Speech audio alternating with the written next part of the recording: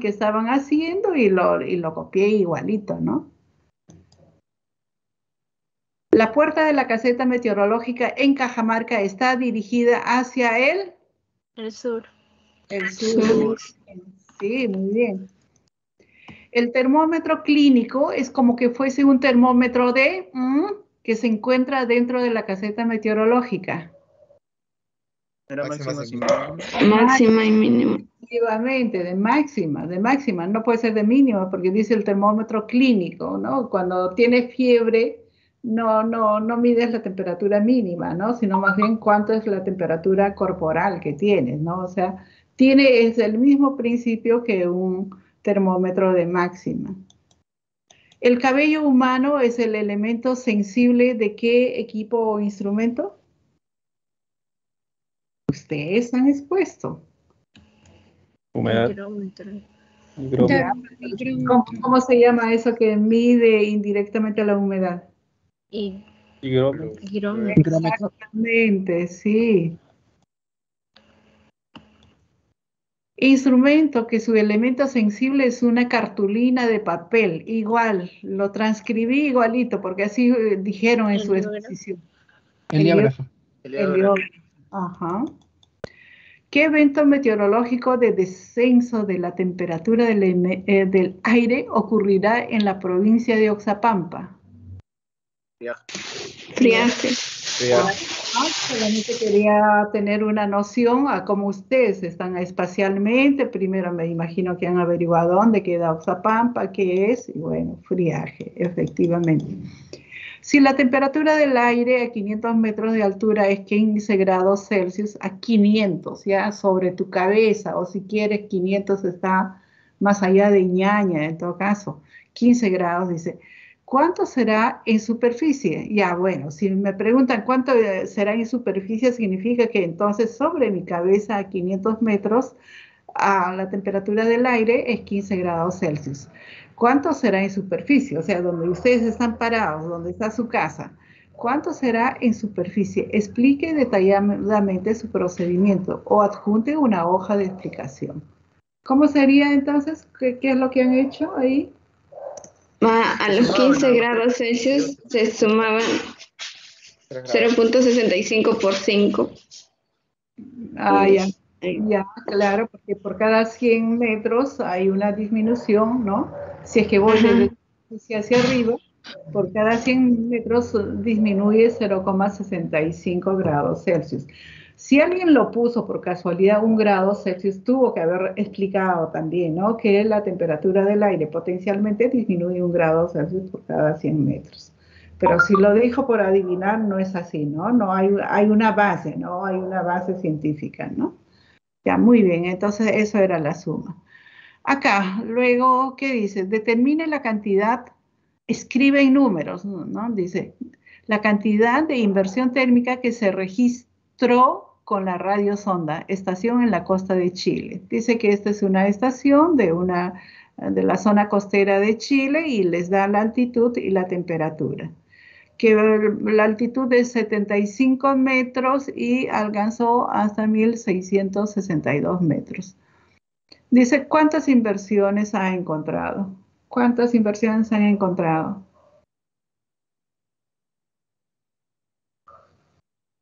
¿Nadie ha hecho eso?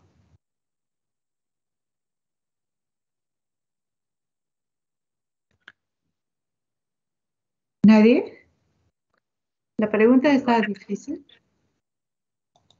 La pregunta hubiera sido difícil de cubrir estos 5 puntos, ¿eh?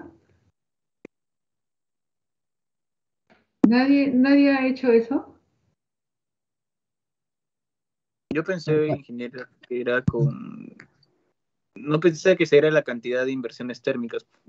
No lo interpreté de esa forma, por eso no lo llegué a hacer. Pero si era la cantidad, simplemente era, bueno, contar las que suben de temperatura, ¿no? Y ahí tenías la cantidad. Exactamente, tú eres Lenin Humberto Soto. Sí, nada más. Pero en el examen no lo interpreté de esa forma y, ya, bueno. Dice, determine la cantidad de inversión térmica que se registró con la radiosonda, estación en la costa de Chile. Nada más. Un punto era. No, es que pensamos que era la base de la inversión térmica. O bueno, yo lo había interpretado así. Ahí no dice base, dice la cantidad, dice, escribe en número, ni siquiera, o sea, al pobre Tim para no darle mucho trabajo, ¿no? Así cuando colocan palabras con tilde o sin tilde, falta de ortografía, entonces el Tim lo reconoce mal y para evitar eso, pues les dije, pongan mejor de forma numérica, que no me escriban, ¿no? Simplemente póngalo de forma numérica. Eso es lo que dije, escribe en números. Yo llegué a completarlo, pero no, A ver, ¿cuánto pusiste? no alcanzó a analizarlo así detenidamente por el tiempo. Tiempo. Toda esta prueba estaba para 11 minutos, 12 minutos. A ver, para un día determinado, ya, un día determinado. Ahí dice punto seguido. La localidad A presenta temperatura de rocío de 14.5 grados Celsius y la localidad B presenta 19 grados Celsius de temperatura. La localidad B presenta 19 grados de temperatura de rocío, o sea, redundando para que no digan ni que es del aire, nada de eso. ¿Cuál de estas expresiones son verdaderas? Es verdadera. La localidad A tiene mayor humedad que la localidad B. La localidad B tiene mayor humedad que la localidad A. No se puede concluir porque su unidad es en grados Celsius. La temperatura de rocío no es un buen indicador de humedad. Así que tienen una localidad A con un rocío de 14.5 y B con un rocío de 19. ¿Cuál de ellas es verdadera? La Yo le he segunda, considerado que la verdadera. localidad B ¿Cuál es la segunda? tiene más humedad que la localidad A. La localidad B tiene mayor humedad que la localidad A. O sea, es falso que diga no se puede concluir porque su unidad es en grados Celsius. Ya se ha explicado, ¿no? ¿Estás grabando? A ver, aquí. Esto sí es de cálculo. La verdad, también fue, creo, rápido. Si el fotoperiodo es 12.5 horas, determina el ángulo de salida del sol y la hora que apareció en el horizonte. Fundamente su respuesta, también puede adjuntar hoja de su ejercicio. Esa fórmula nada más, ¿no es cierto? ¿Alguien ha tenido inconveniente? Fotoperiodo es igual a 2H entre 15 y es una expresión en horas. Ingeniera, yo le escribí toda la fórmula y los cálculos en esa misma pregunta. No, perfecto, porque la expresión ahí podían haber rellenado porque su modalidad era para una respuesta larga, ¿no? ¿Sí? 1.5 ahí, el puntaje. Si el albedo de es otro ejercicio, si el albedo de una superficie es 0.24, la radiación incidente 600 Langley por día determina el balance de radiación de onda corta. Explique su procedimiento. En caso que sea necesario, puede adjuntar el procedimiento en formato de imagen. Igual, ¿no? O sea, radiación de onda corta es igual a radiación incidente por 1 menos albedo. Y nada más. ¿Alguien falló ahí? No me alcanzó tiempo. Por eso. 456 salía. A ver, serían, no lo sé, pero multiplique, ¿no? A ver, Sí, a mí también me sale. 0.24 por el valor que les da por los 600 y eso es. No 456. había, no lo puse ni la respuesta correcta para corregirla, ¿no? Para ver qué tal ustedes lo han hecho. A ver, otra pregunta. Si el barómetro registra 1012 hectopascales y la presión de vapor actual es 22 hectopascales, determine la presión de aire seco. Explique su resultado. ¿Cuánto fue?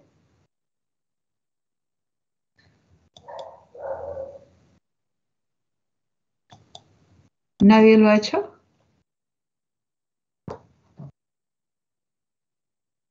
Si el barómetro registra 1012 hectopascales y la presión de vapor actual es 22 hectopascales, determine la presión de aire seco. . . . . . . . . . . . . . . . . . . . . . . . . . . . . . . . . . . . . . . . . . . . . . . . . . . . . . . . . . .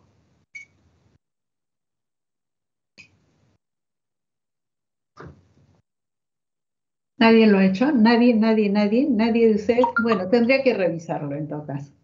Sí, Pero si mis. alguien sospecha que lo ha hecho bien, lo puede indicar para que me dé motivo para explicar.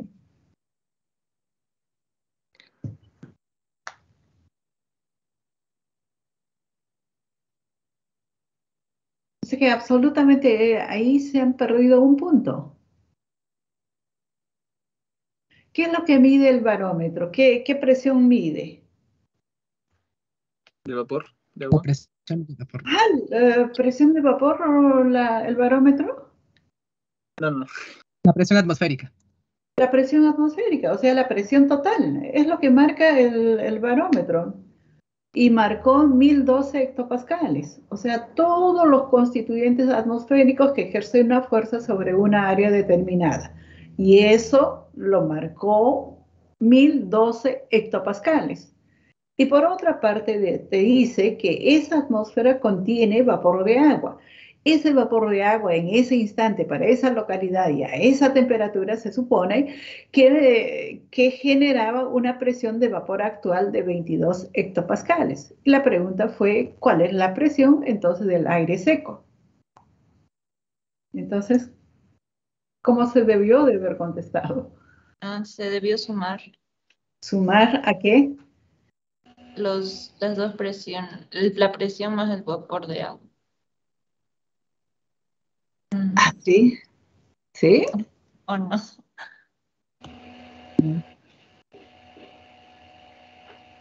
¿Cómo debió de haberse contestado? A ver.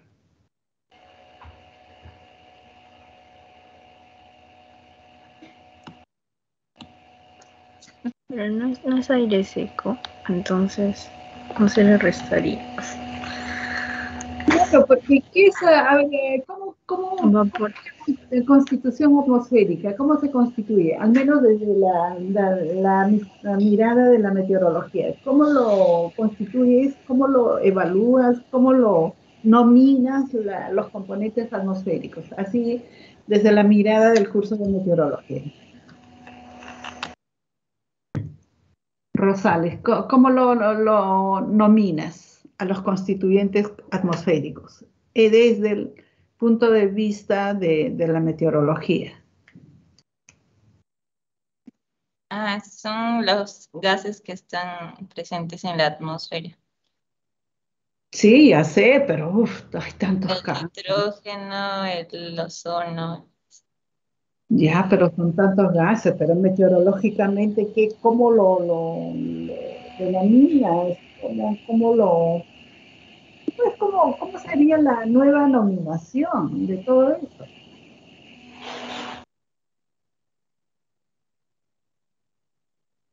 ¿Quién se acuerda?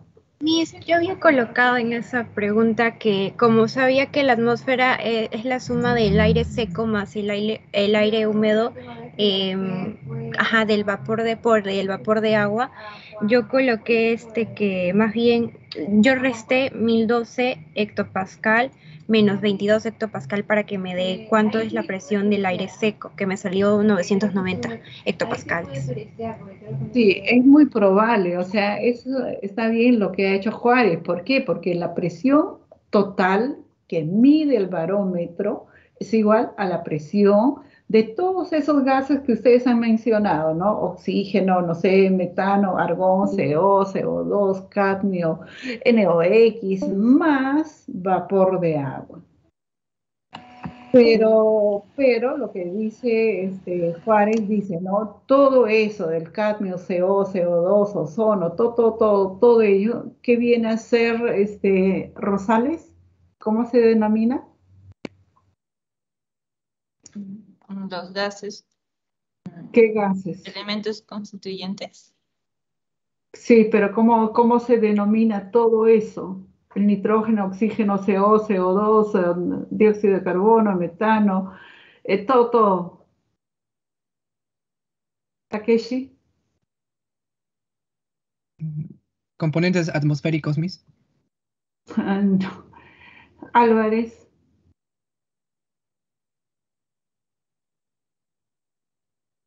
Álvarez,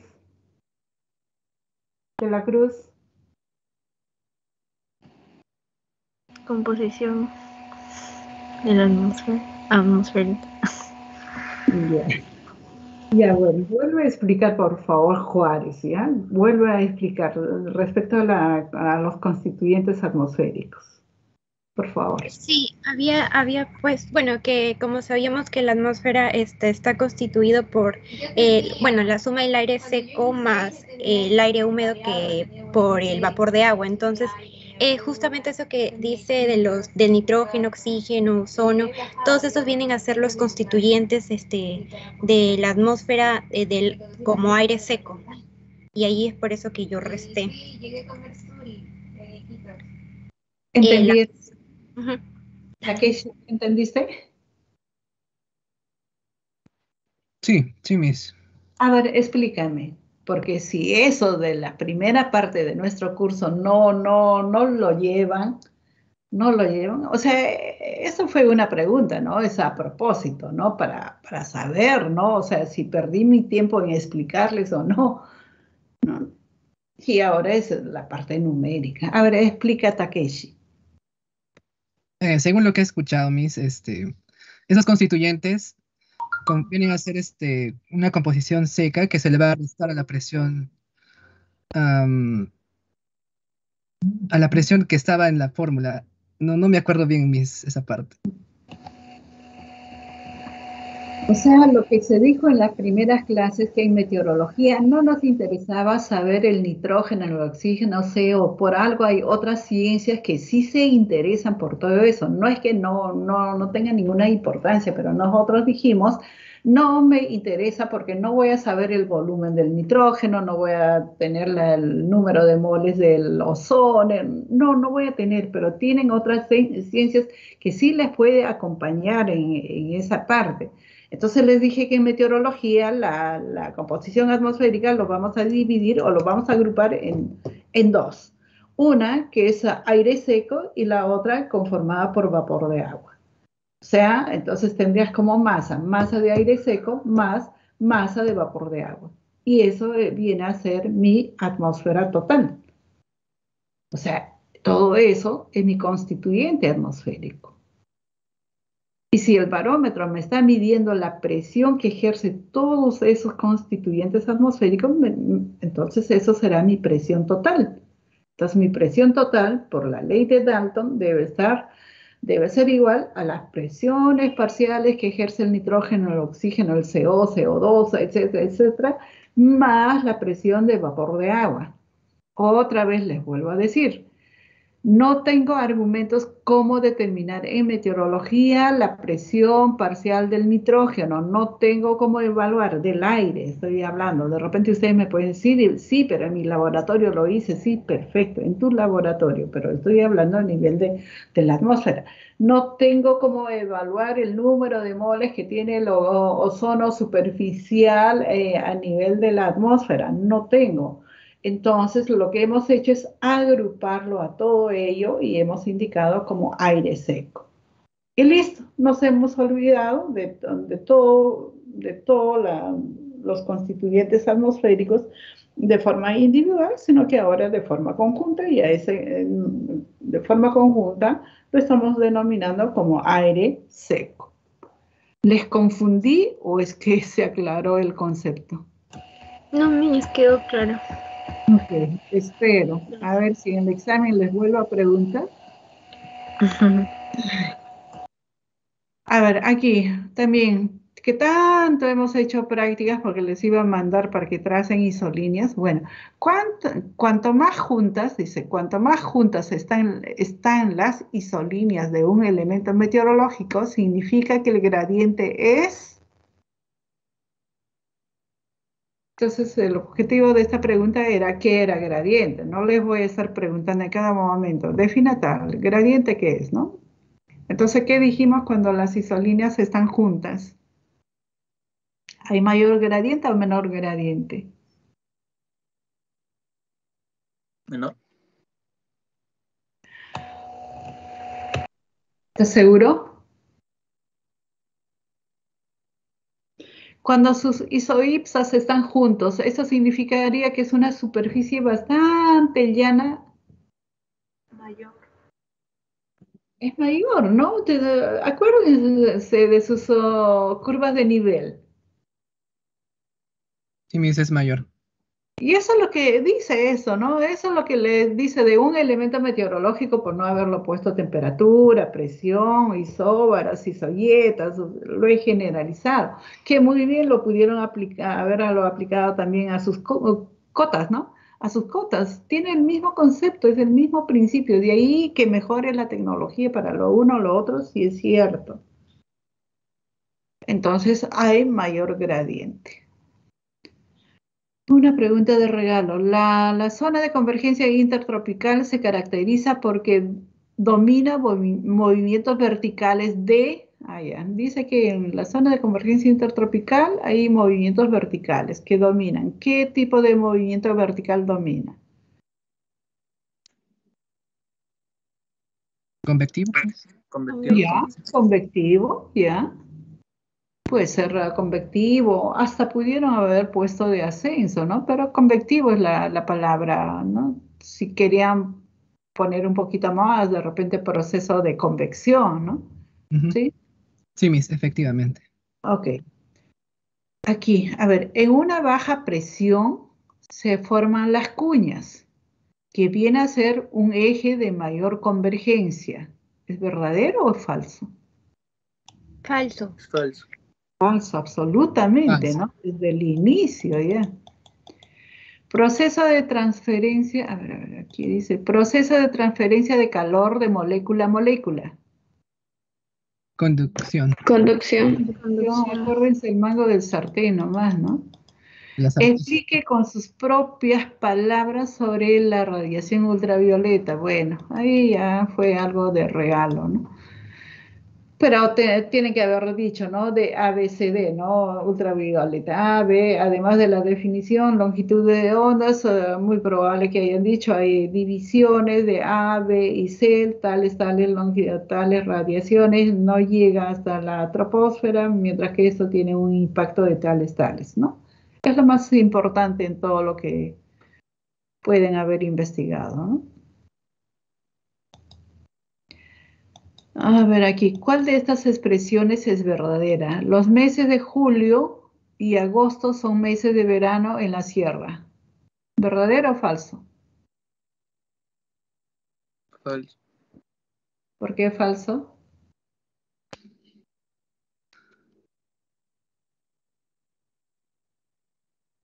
¿Por qué es falso que los meses de julio y agosto son meses de verano en la sierra? Es que acá es Estamos invierno, en el Estamos hemisferio en el invierno, sur, hemisferio sur. otoño. pero el verano es Allá a eso. es contrario. Es Ya, inverso al hemisferio sur. Norte. claro, al no indicarnos que es el hemisferio norte, nos referimos al hemisferio sur. Pero no entendí por qué es falso que los meses de julio-agosto son los meses de verano en la sierra. Así dice la expresión, ¿no? Es lo que no entendí. Supuestamente estamos en el hemisferio sur.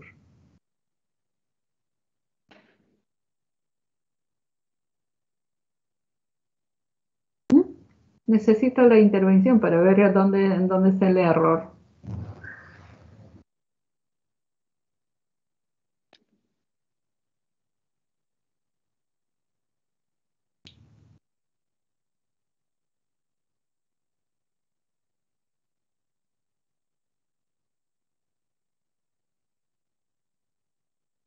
Ingeniera, pero bueno, yo coloqué falso porque, ojalá esté bien, yo coloqué falso porque en los meses de que sucede que hay verano, cuando el movimiento aparente del Sol está, es en el hemisferio sur, es por los meses de septiembre para diciembre o de diciembre a marzo. Pero justamente en los meses que señala el problema, la posición aparente del Sol estaría por el hemisferio norte en esos meses. Efectivamente, entonces las estaciones del año, las estaciones astronómicas, no se catalogan respecto al impacto que pueda sentir o tener o visualizar, ¿no? Que en julio-agosto en la sierra haya mayor radiación, haya, que digamos, escasa precipitación hasta nula en ciertos casos, pues no, eso no implica que sea verano, ¿no? Es una mala expresión, ¿no? Mal generalizada. Las estaciones del año se catalogan respecto a la posición aparente del Sol. Y la posición aparente del Sol para estos meses de julio a agosto está en el hemisferio norte. Ellos sí están, ¿no? Ellos sí están en su verano. Nosotros estamos en invierno. Así estés en Tarma, así estés en Huancané, así estés en Cajamarca, julio, agosto, ¿no? Son los meses de invierno para nosotros. O sea que es falso, ¿no? El fotoperiodo es mayor en enero que en julio.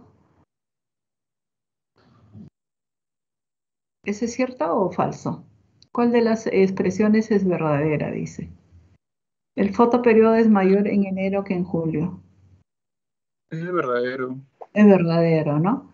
Ujú. Otro, dice, el fotoperiodo depende de la nubosidad. Falso, ¿no? Ese es Porque falso. hemos dicho que el fotoperiodo nada tiene que ver con la nubosidad. Se refiere a la posición, a la salida astronómica del Sol, a que exista nubes. Eso no significa que tengas un fotoperiodo cero. O que tengas una nubosidad todo el día no significa que el fotoperiodo sea cero, ¿no? Se refiere a la salida y a la puesta del sol. Y siempre va a ocurrir todos los días. Otra pregunta aquí dice, en el departamento de Puno, ¿qué provincias potencialmente serían afectadas por el friaje? Yo le coloqué ahí Sandia y Carabaya, Ah, ya. Sí, sabes entonces el concepto de friaje. Quería saber si dominaban o no el término de friaje. Aquí otra dice, esta expresión dice, ¿no? Esta expresión, dos puntos, campaña de recolección de ropas y friajes para nuestros hermanos y hermanas de Juliaca. ¿Es correcto? ¿Sí o no? Nada más. ¿Qué dice Álvarez? A ver, ¿qué dice Álvarez o qué dice el resto? Creo que el resto ya se han ido a dormir. ¿Qué dice Freddy Letona?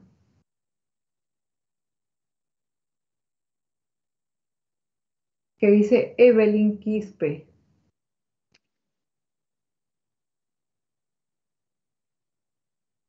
¿Qué dice Edgar? Es- Era falso.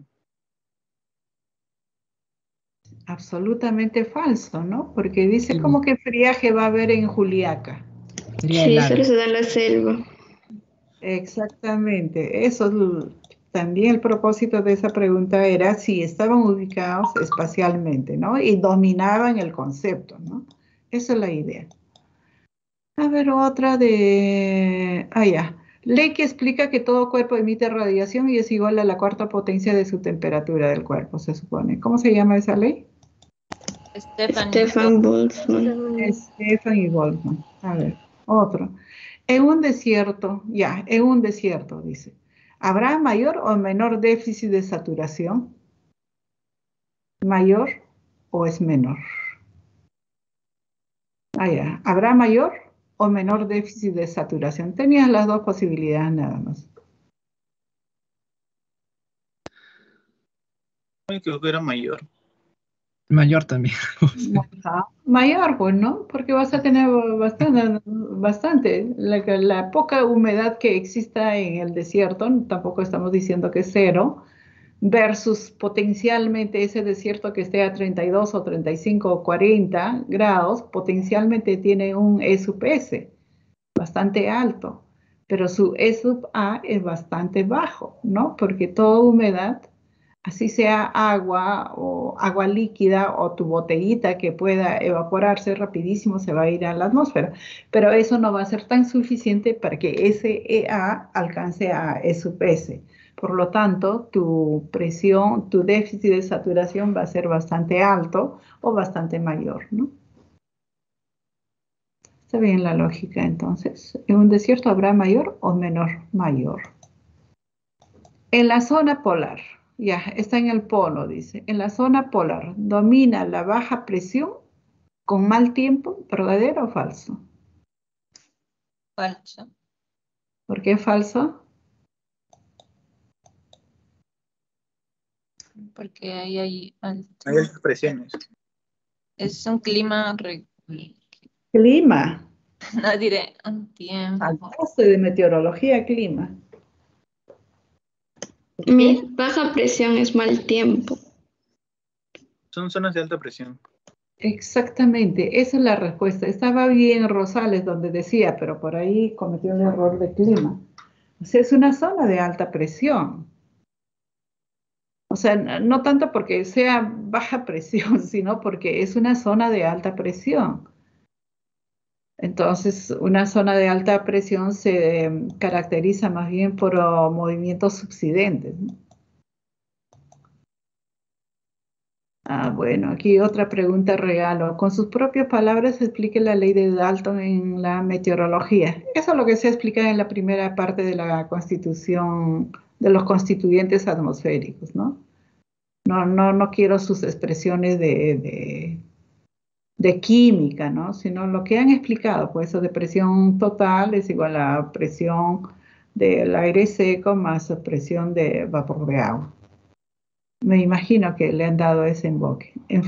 Bueno, ahí están los 20 puntos. Bueno, cada uno ya debe tener una idea y este fin de semana debo estar ya terminando de corregir.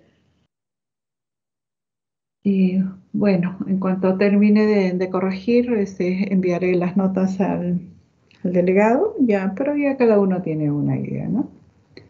Eso sería todo con ustedes.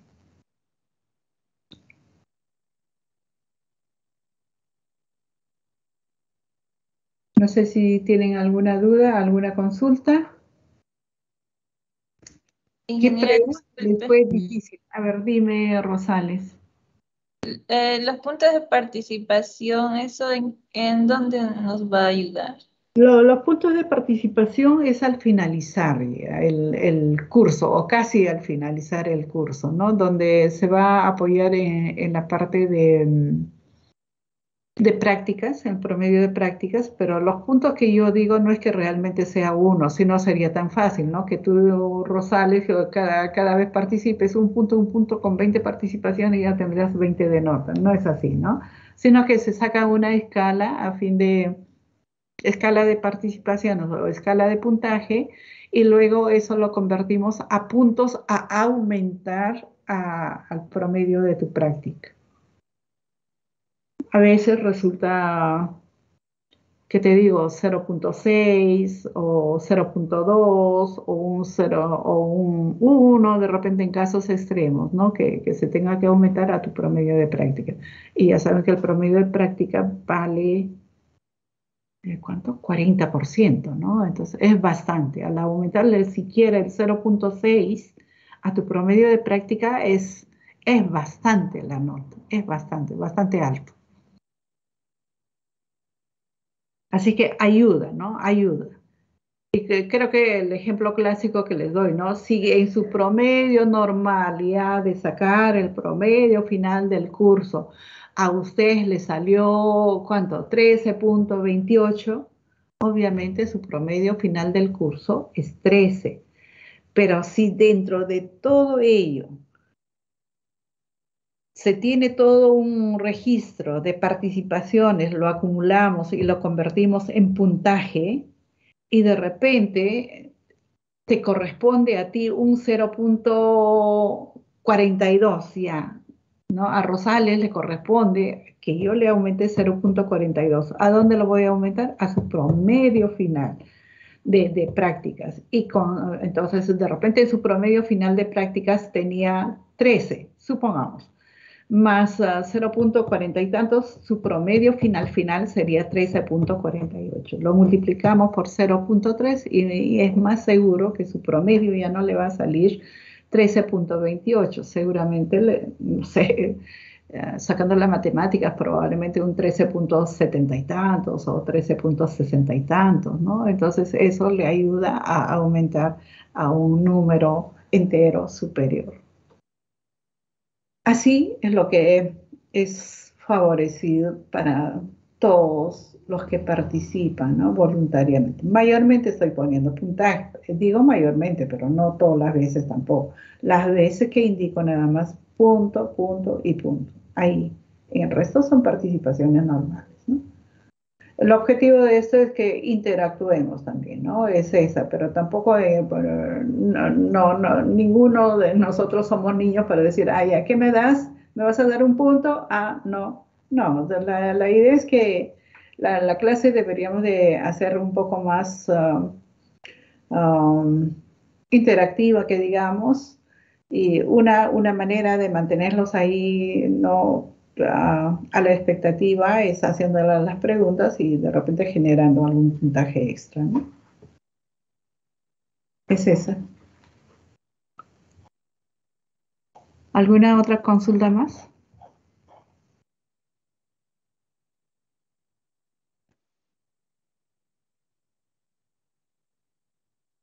Si ya no tienen ninguna consulta, entonces me retiro y me voy a la otra sala. Miss, una consulta. Sí. En relación a los trabajos que hemos estado entregando, Miss, ¿eso va a ir directamente a la nota de prácticas o nos puede apoyar ahora en la parcial, Miss? No, va a la práctica, o sea, esa es la nota de práctica. Actualmente ustedes tienen, no recuerdo exactamente, pero una es de estaciones, otra es de acá de fotoperiodo. No sé si a ustedes les dije, determinen, ay, ¿qué les he pedido? Algo de mapas, me parece, Sí, Miss, pero no sé qué tipo de mapas les haya pedido, ¿no? tenemos 5 Sí, tareas. si solamente es un mapa geográfico, eso no tiene ni un valor, ¿no? O sea, ese valor lo tiene para otro curso. Pero si les he dicho, mira, con mapa no geográfico, con geolocalizada, con cordilleras, con todo ello, y determíneme áreas donde hay eventos de heladas, probablemente sí sea una nota de práctica, ¿no? Esa parte todavía me falta chequearlo, ¿no? Está bien, Miss. Sí. Ya, o sea, como ven, yo me valgo también de otras disciplinas que ustedes ya tienen noción, tienen conocimiento, ¿no? Y eso es base para ubicarnos. Si no, ¿cómo sería, no? Muy bien. ¿Alguna otra consulta para cerrarlo ya? Bien, entonces la próxima clase terminamos con la parte de humedad. Nos falta el aspecto de condensación. Vamos a hacer más rápido y es más teórico y espero, es más teórico digo porque es más de láminas que otra cosa. Algunas preguntitas nada más por ahí. Ah, lo que sí es que para acelerar, creo que les he dicho, ¿no? Dibujen en su cuaderno, en su hoja, como gusten un círculo y dividan en 8 partes. Eso podríamos hacer para no perder tiempo. Vamos a dibujar, Miss, un círculo y lo vamos a fraccionar en 8 partes, ¿no, Miss? Exactamente. Y lo dividen en 8 partes. Nada más. Ya, Miss. ¿Ya? Perfecto. Y ya no perdemos tiempo tampoco, ¿no? En decir ya 5 minutos, luego se alarga a 15 minutos, ¿ya? Muy bien, me voy a la otra sala. Bien, suerte. Cuídense. Gracias, Miss. Hasta La luego. próxima semana. Hasta luego, mis. Hasta luego. Cuídense, jovencitos y jovencitas. Hasta luego.